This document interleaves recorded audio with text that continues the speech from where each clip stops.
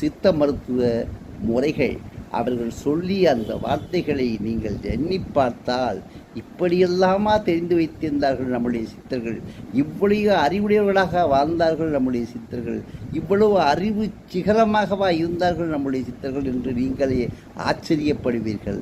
அன்பு தமிழர்களே, சிந்தித்து பாருங்கள். தமிழ் உலகே, தமிழிலே நமக்கு இருக்கின்ற அந்த அற்புதங்கள் உலகில் எங்குமே இல்லை, எங்குமே இல்லை, எங்குமே இல்லை என்பதை நான் அடித்துச் சொல்வேன். தமிழை நீங்கள் நன்கு விரித்து பாருங்கள், தமிழை நீங்கள் நன்கு படித்து பாருங்கள்.